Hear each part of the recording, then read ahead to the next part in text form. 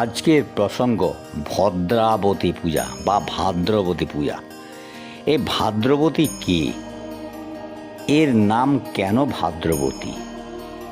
এর পূজা কখন হয় এবং এই পূজার ফলই বা কী, এই সব বিশেষ আমি নিবেদন করব। তবে প্রিয় দর্শক, মূল পর্বে যাবার আগে আপনাদেরকে প্রফেসর একেএম চ্যানেলের পক্ষ থেকে নমস্কার জ্ঞাপন করি। ভাদ্রবতীর পরিচয়। শ্রাবণ সংক্রান্তির পর ভাদ্র মাস শুরু হয়। ভাদ্র মাসে ভাদু পূজার প্রচলন আছে। এই ভাদুরই বৈশাখী নাম ভাদ্রবতী। যেমন কাঁসাই নদীর নাম কংসাবতী, শিলাই নদীর নাম শিলাবতী, তেমনি। তবে এই দেবীর পূজা শুরু হয় শ্রাবণ সংক্রান্তি থেকেই। সারা মাসে পূজা করা যায়। বিশেষত অমাবস্যাতে জাঁকজমকভাবে এর পূজা চলে। ভদ্রাবতী নামটি নদী সংলগ্ন অঞ্চলে প্রচলিত। ভদ্রাবতী নদী মহারাষ্ট্রে আছে, আবার কর্ণাটকের নদীর নাম ভদ্রা নদী। যেমন গঙ্গা নদীর পূজা প্রচলিত দেবী হিসাবে। এই দেবী মূলত অন্নপূর্ণা ও গৌরী রূপের সঙ্গেই সম্পর্কান্বিত। ঐতিহাসিক প্রেক্ষাপট। এই পূজার উৎপত্তি লোকাচার ও নদী থেকে। দেবীকে দেবতা ভাবনা গঙ্গার মতোই। মধ্যযুগীয় বাংলার মঙ্গল কাব্যে নদ নদী, গাছপালা, পাহাড় পর্বতের পূজার প্রচলন দেখা যায়। যেমন গাছপালাতে পূজা সাউরাসিনী, সাউরা গাছে, মনসা গাছে মনসা দেবী, পাহাড় পর্বতে ধর্ম ঠাকুর বা শিব ঠাকুর প্রভৃতির ভাবনা। পূজার প্রচলন। লোকবিশ্বাস যে ভদ্রাবতীর পূজা করলে সংসারে অভাব অনটন দূর হয় এবং সন্তান সুখে থাকে। সন্তোষী পূজার মতো এই পূজা, তাই ছড়াতে আছে এই পূজার বর্ণনা। ভাদ্র মাসে অমাবস্যা তিথি, নারীরা করে ব্রত স্নেহ সপ্রীতি।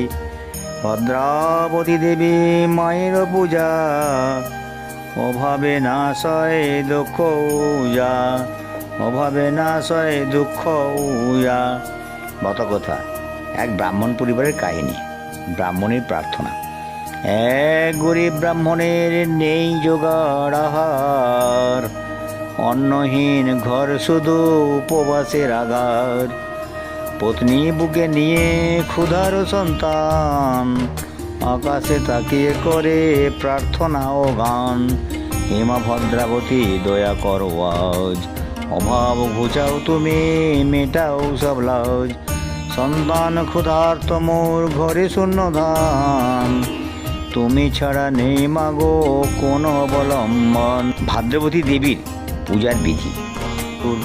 প্রভাতে শেষে গড়ল মাটির ঠাকুর, কোলা পাতার আসন দিল ফলে ভরপুর।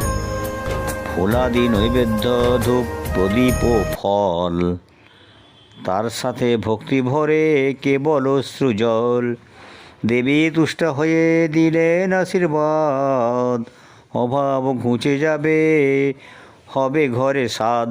ঘোলা ভরবে ধানে হবে গরুর চাষ, সন্তান সুখে থাকবে ঘর হবে সুখের বাস।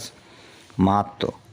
শুনিয়ে কাহিনী গায়ের নারীগণ, সকলে করল মায়ের আরাধন। জন্মে জন্মে তাই চলল এ ব্রত, মঙ্গলময়ী মাতা রক্ষা করেন তত।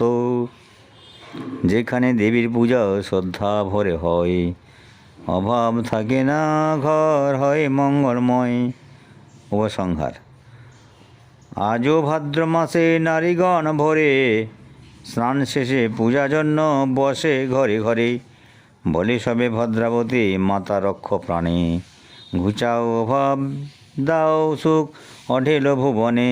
ঘুচাও অভাব দাও সুখ অঢেল ভুবনে। আজ এই পর্যন্ত।